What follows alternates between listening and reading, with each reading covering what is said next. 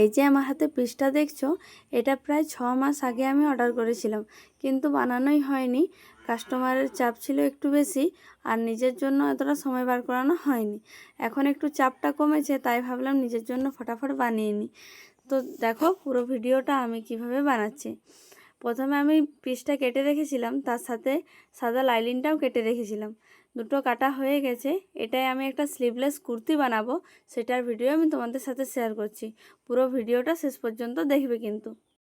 আর কার কার আমার মতো এরকম কাটানো জামা পরতে বেশি ভালো লাগে সেটাও কমেন্টে বলবে কিন্তু। আমার কেনা জামার থেকে না বানানো জামা বেশি কমফোর্টেবল মনে হয়। আর যখন থেকে বানাতে শিখে গেছি তখন থেকে তো আর কোনো চাপই নেই, নিজেই সব বানিয়ে নিচ্ছি।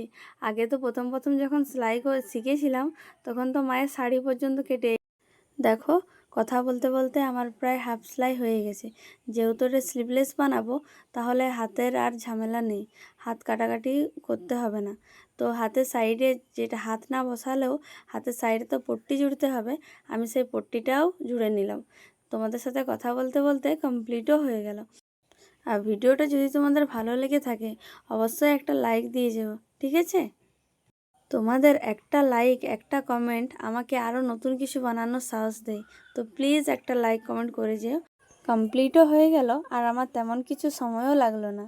প্রায় 40 মিনিটের মতো লেগেছে, এইটুকু সময়ের মধ্যে হয়ে গেছে। এই যে দেখো আমি পরেছি, পরার পরে এই ভিডিওটা একটু রেখেছিলাম তোমাদের দেখাবো বলে। কেমন হয়েছে তোমরা নিশ্চয়ই আমাকে কমেন্টে বলো। আর তোমাদেরও যদি আমার মতো এরকম ড্রেস পরতে পছন্দ হয় তাহলে একটা লাইক করে দিয়ে যাও।